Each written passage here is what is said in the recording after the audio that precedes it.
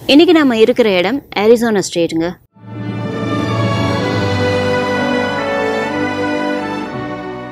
சில பல technical issue காரணமாக நான் ரெக்கார்ட் பண்ணது வாய்ஸ் ரெக்கார்ட் ஆகலை, வீடியோ மட்டும் ரெக்கார்ட் ஆகியிருக்கு. அதனால என்னால் அந்த வீடியோ பப்ளிஷ் பண்ண முடியலை. அதனால நான் இப்போ வாய்ஸ் ஓவர் கொடுக்குறேன். இந்த அரிசோனா பேர் எதுலேருந்து எடுக்கப்பட்டது அப்படின்னு பார்த்தோம்னா ஸ்பானிஷ்லேருந்து எடுக்கப்பட்டிருக்குங்க. ஸ்பானிஷில் அரிசோனக் அப்படிங்கிற பேர் தான் இந்த மாகாணத்துக்கு முதல்ல வச்சுருக்காங்க. அதாவது ஸ்பானிஷில் என்ன அர்த்தம்னா ஸ்மால் ஸ்ப்ரிங் அப்படின்னு அர்த்தமா. அதுக்கப்புறம் இங்கே வந்து செட்டில் ஆன யூரோப்பியன்ஸ் இதை அரிசோனா அப்படின்னு ப்ரொனவுன் பண்ணியிருக்காங்க. ஸோ அந்த ப்ரொனன்சியேஷனை இன்னைக்கு வரைக்கும் கடைபிடிச்சிட்டு வருது. இந்த அரிசோனாவை மவுண்டைன் ஸ்டேட் அப்படின்னு சொல்கிறாங்க. பாப்புலேஷன் வைஸ் பார்த்தோம்னா 14வது பெரிய மாநிலமாக இருக்கு. இந்த அரிசோனாவுடைய கேபிட்டல் ஃபீனிக்ஸ். இதுதான் அரிசோனாவிலேயே இருக்கிற பெரிய சிட்டி. இந்த மாகாணத்துடைய 3 கார்னர்லையும் Utah, Colorado and New Mexico இருக்கு. இந்த ஸ்டேட்டோடைய டைம் ஜோன் மவுண்டைன் டைம் ஜோனை பேஸ் பண்ணி தான் இருக்கு. பரப்பளவுல பெரிய ஸ்டேட் அப்படிங்கிறதுனால வெவ்வேறு வெப்பநிலையை நம்ம இந்த ஸ்டேட்ல உணர முடியுது. ஒரு 1.5 மணி நேரம் பின்னாடி நம்ம போனோம்னா, அதாவது நியூ மெக்சிகோல இருந்து வர வழியில பார்த்தோம்னா ஸ்னோஃபால்ஸ் இருந்ததுங்க. எங்களுக்கு ஆச்சரியமா இருந்தது, என்னது ஃபீனிக்ஸ்ல ஸ்னோஃபால் அப்படின்னு ஆச்சரியமா இருந்தது. இதே 1.5 மணி நேரம் இந்த ஃபீனிக்ஸை தாண்டி போனோம்னா, இப்போ செடோனா சிட்டி இது மாதிரி போனோம் அப்படின்னா அங்க வந்து பனி பொழிஞ்சுதுங்க. ஃபீனிக்ஸ்ல பார்த்தா வெயில் கொளுத்தி எடுத்தது. ஒரு 92, 93 தான் ஃபுல்லா டெம்பரேச்சரே இருந்தது. அந்த அளவுக்கு வெயில் கொளுத்தி எடுத்தது. இந்த ஃபீனிக்ஸ்ல பார்த்தோம்னா பில்டிங்ஸ் எல்லாமே ரொம்ப டல் கலர்ல தான் இருந்தது. அதாவது வீடுகள்னாலும் சரி பில்டிங்னாலும் சரி எல்லாமே ரொம்ப டல் கலர்ல தான் பெயிண்ட் பண்ணியிருந்தாங்க. என்ன அப்படின்னு காரணம் கேட்டபோது இங்கேயே செட்டில் ஆனவங்க எங்களுக்கு சொன்ன விஷயம் என்னன்னா, கவர்மெண்ட் இந்த ரூல்ஸ் தான் போட்டிருக்காங்க. இந்த கலர் அதாவது பார்க்கறதுக்கு ஒரே மாதிரி இந்த ஸ்ட்ரக்சரை தான் நம்ம மெயின்டைன் பண்ணணும் அப்படின்னு தான் ரூல்ஸ் போட்டிருக்காங்க. அதனால எல்லாரும் இந்த மாதிரியான டல் கலர், அதாவது கிரே கலர் இல்லைன்னா பேஜ் கலர், இந்த கலர் தான் வீட்டுக்கும் ஆஃபீஸ்னாலும் பெரிய பில்டிங்னாலும் எதனாலும் இந்த ஊர் ஃபுல்லாமே அந்த மாதிரி ஒரே கலர்ல தாங்க இருக்கு. ஆஸ்ட்ரோ போட்டோகிராஃபர்ஸ்க்கு அரிசோனா ரொம்பவே பிடிச்ச ஒரு ஸ்டேட்டுங்க. ஏன் அப்படின்னு பார்த்தோம்னா வானம் எப்பயுமே கிளியரா இருக்கும். அடுத்து அவங்க சொன்ன விஷயம் மழை அப்படின்னு பார்த்தோம்னா இந்த ஸ்டேட்ல இப்பதான் மழை பெய்யும் அப்படின்னு சொல்ல முடியாது. திடீர்னு மேகம் எல்லாம் இருட்டிட்டு வரும், டக்குன்னு மழையா கொட்டிட்டு அடுத்து கடந்து போயிடும் அப்படின்னு தான் சொன்னாங்க. அதை கேட்கறதுக்கு ரொம்பவே ஆச்சரியமா இருந்தது. இதுவும் ஒரு பாலைவனம் தான் அப்படிங்கிறதுனால இங்க அதிகமான கத்தாழை செடிகளை பார்க்க முடியுது. அதாவது கத்தாழை அப்படின்னா கத்தாழையிலேயே நிறைய வகையான கத்தாழைகள் இருக்கு இல்லையா, அதுல வந்து எல்லா விதமான கத்தாழைகளும் நம்ம இந்த ஸ்டேட்ல இந்த சிட்டியில பார்க்க முடியுது. நம்ம இருக்கிற இடம் டெசர்ட் பொட்டானிக்கல் கார்டன். இங்க எல்லா விதமான கத்தாழைகளையும் இந்த கார்டன்ல நம்ம பார்க்க முடியும். விதவிதமான கத்தாழைகள், ஒரு கேக்டஸும் ஒரு சைஸ்ல ஒரு கலர்ல இருக்குங்க. அவ்வளோ ஒரு அழகா இருக்கு. கேக்டஸ் பூ பூத்துலாம் நான் பார்த்தது கிடையாது. ஆனா இங்க பார்க்கும்போது பல கேக்டஸ் வந்து பூ பூத்து இருக்கு. இந்த மாதிரியான எல்லா வகையான கத்தாழைகளையும் இந்த கார்டன்ல நம்ம பார்க்க முடியும்.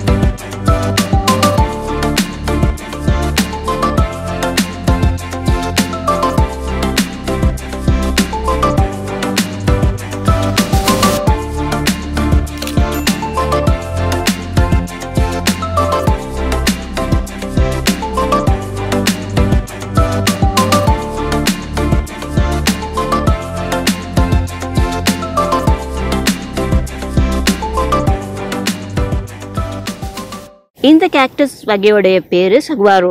இந்த கேக்டஸ் வர ஆரம்பிச்சதுக்கு அப்புறம் இது ஒரு 1/4 இன்ச் வளர்றதுக்கு 2 வருஷம் ஆகுமா. அவ்வளவு ஸ்லோவா தான் இந்த கேக்டஸ் வளருமா. இதனுடைய ஆயுட்காலம் கிட்டத்தட்ட 150 to 200 வருடங்கள் வரைக்கும் இந்த கேக்டஸ் ஆனது வாழக்கூடியதான். இதனுடைய மொத்த அடி பார்த்தோம்னா 10 to 52 அடி வரை இந்த கேக்டஸ் ஆனது வளருமா. இப்போ இந்த கேக்டஸ்ல இந்த கிளைகள்லாம் இருக்குது இல்லையா, இதுல இந்த ஃபர்ஸ்ட் கிளை வர்றதுக்கு கிட்டத்தட்ட 75 to 100 வருஷம் ஆகுமா. சிலது கிளைகளே இல்லாமையே கூட பல வருடங்கள் இருக்குமா. இப்போ இதுல இந்த ஒரு செடியில பார்த்தோம் அப்படின்னா கிட்டத்தட்ட, அதாவது ஒரு நல்லா வளர்ந்த ஒரு செடியில கிட்டத்தட்ட 49 கிளைகள் வரைக்கும் வளரக்கூடுமா. இந்த கேக்டஸ் என்ன பண்ணும்னா தண்ணியை, அதாவது மழை தண்ணியை அப்சர்வ் பண்ணி வச்சுக்குமாங்க. அதன் மூலமா தான் இந்த கேக்டஸ் வாழுது அப்படின்னு சொல்றாங்க.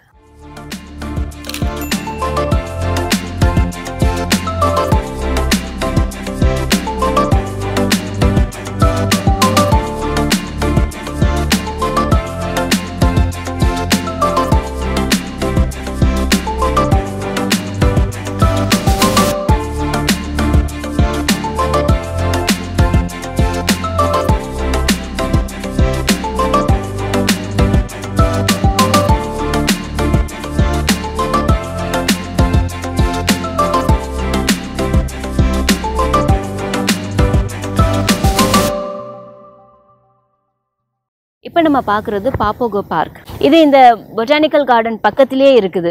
இங்கே பெரிய ஒரு மலை இருக்குது. அந்த மலையில் ஒரு சின்ன ஹோல் முன்னாடி இருந்திருக்கு. அது காற்றுல இந்த மண்ணானது அரிச்சு இப்போ வந்து ஒரு பெரிய ஹோலாக அது இருக்குது.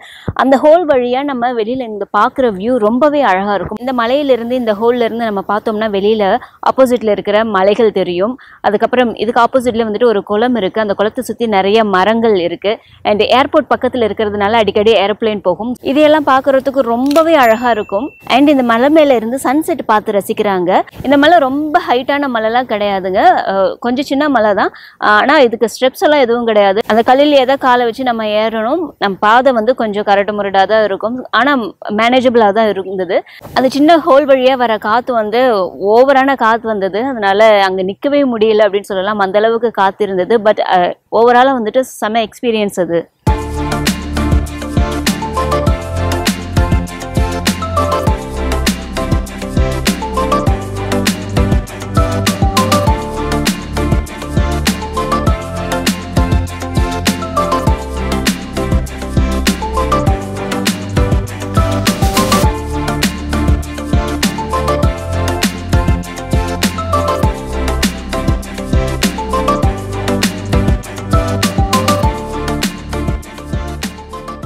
கேக்டஸ்க்குனே ஒரு நேஷனல் பார்க் இருக்குங்க. அந்த நேஷனல் பார்க்குக்கு தான் இன்னைக்கு நம்ம வந்திருக்கோம்.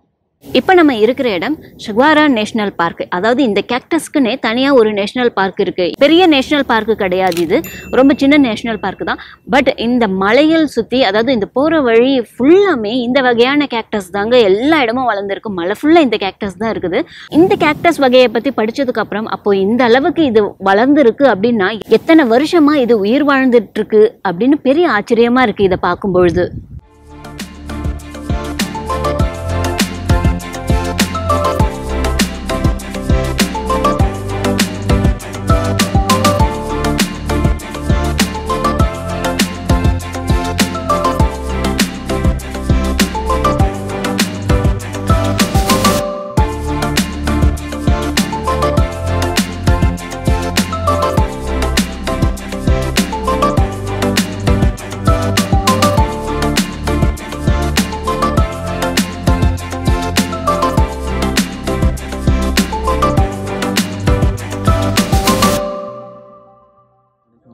இப்போ நம்ம இருக்கிறது அரிசோனா மாகாணத்துல டியூசான் அப்படிங்கிற ஒரு இடம்.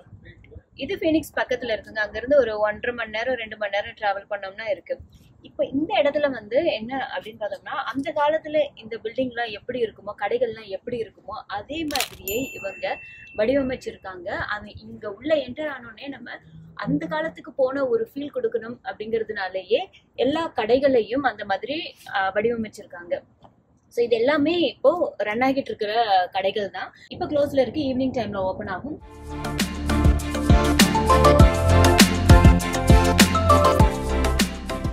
அந்த காலத்துக்குள்ள வந்த ஒரு ஃபீலை இங்க நமக்கு கொடுத்துடுறாங்க.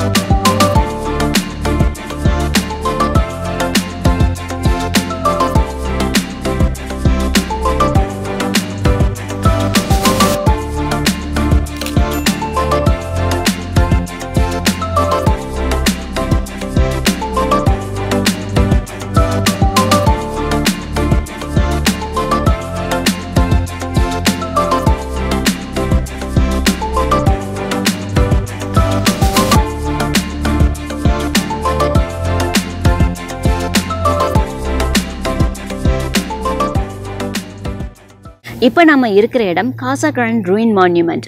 700 வருஷத்துக்கு முன்னாடி இங்க பெரிய கம்யூனிட்டி இருந்திருக்குங்க. அதாவது கிட்டத்தட்ட ஒரு 2000 மக்கள் இங்க வாழ்ந்திருக்காங்க. சால்ட் ரிவர்ல ஓடை உருவாக்கி அந்த தண்ணியை தான் இவங்க யூஸ் பண்ணியிருக்காங்க.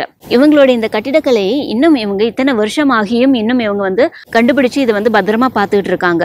இங்க மக்கள் வாழ்ந்திருக்காங்க அப்படின்னு மட்டும்தான் நமக்கு தெரியுது. ஆனா எதுக்காக இந்த கட்டிடங்களை கட்டினாங்க அப்படிங்கிற விஷயங்கள்லாம் இதுவரைக்கும் யாருக்குமே தெரியலையாங்க. காசா கிராண்ட் அப்படின்னா ஸ்பானிஷ்ல பிக் ஹவுஸ் அப்படின்னு அர்த்தமா. இவங்க இந்த வீடை எப்படி கட்டியிருக்காங்க அப்படின்னு பார்த்தோம்னா கலிஷி அப்படின்னு சொல்றாங்க. அதாவது நம்ம அடோப் ப்ராசஸ் தாங்க அப்படி சொல்றாங்க. அடோப் அப்படிங்கிறது களிமண், தண்ணி, அதுக்கப்புறம் வைக்கோல், இது மாதிரியான நேச்சுரல் ஐட்டம்ஸ் எல்லாம் கலந்து செய்யப்பட்ட ஒரு வகையான சிமெண்ட் மாதிரி அதை தான் இவங்க யூஸ் பண்ணியிருக்காங்க, இந்த வீடை கட்டியிருக்காங்க. ஸோ இது மூலமா எக்ஸ்ட்ரீம் வெதரையும் தாங்குற அளவுக்கு, ஏன்னா இது எல்லாமே பாலைவனம் தான். இப்பயே இவ்வளோ வெயிலாக இருந்ததுன்னா ஒரு 700 வருஷத்துக்கு முன்னாடிலாம் எப்படி இருந்திருக்கும் பாருங்க. இந்த மாதிரியான பாலைவனத்தில் அந்த எக்ஸ்ட்ரீம் வெதரையும் தாங்குற அளவுக்கு இவங்க இந்த கட்டிடக்கலையை கட்டியிருக்காங்க. இவங்க கட்டியிருக்கிற இந்த இடத்துல வெளியில பார்த்தோம்னா 3 மாடி ஹைட்டும், உள்ள போய் பார்த்தோம் அப்படின்னா 4 மாடி ஹைட்டும் இவங்க கட்டியிருக்காங்க. இங்க யார் வாழ்ந்தாங்க, எதுக்காக இந்த கட்டடம் கட்டினாங்க, எதுக்காக இவங்க இங்கிருந்து விட்டுட்டு போயிட்டாங்க அப்படிங்கிற எந்த ஒரு விஷயமும் இன்னைக்கு வரைக்கும் தெரியாம ஒரு புதிராவே இருக்குதான். ஏன்னா இவங்க எந்த ஒரு லாங்குவேஜும் இங்க யூஸ் பண்ணல, எதுவும் எழுதி வைக்கல, எதுவும் வரைஞ்சு வைக்கல. இந்த கட்டிடம் மட்டும்தான் இங்க இருக்குது. பயங்கர இன்ட்ரெஸ்டா இருக்குல்ல. 700 வருஷத்துக்கு முன்னாடி வாழ்ந்த இந்த மக்கள் இந்த பாலைவனத்திலையும் சோளம் பயிர் பண்ணியிருக்காங்க, ஸ்குவாஷ் பயிர் பண்ணியிருக்காங்க, பீன்ஸ், காட்டன், இது எல்லாமே பயிர் பண்ணியிருக்காங்க. அமெரிக்காவிலேயே காட்டன் அதிகமா உற்பத்தி பண்ற மாநிலம் அரிசோனா தாங்க. இந்த காட்டனை இவங்க 700 வருஷத்துக்கு முன்னாடியே பயிர் பண்ணியிருக்காங்க. சில வகையான கத்தாழைகளை தான் இவங்க உணவாகவும் சாப்பிட்ருக்காங்க. சில வகையான கத்தாழைகளை இவங்க மருந்துக்காகவும் பயன்படுத்தியிருக்காங்க. இந்த கத்தாழைகளில் பூக்கிற பூவையும் இவங்க சாப்பிட்ருக்காங்க.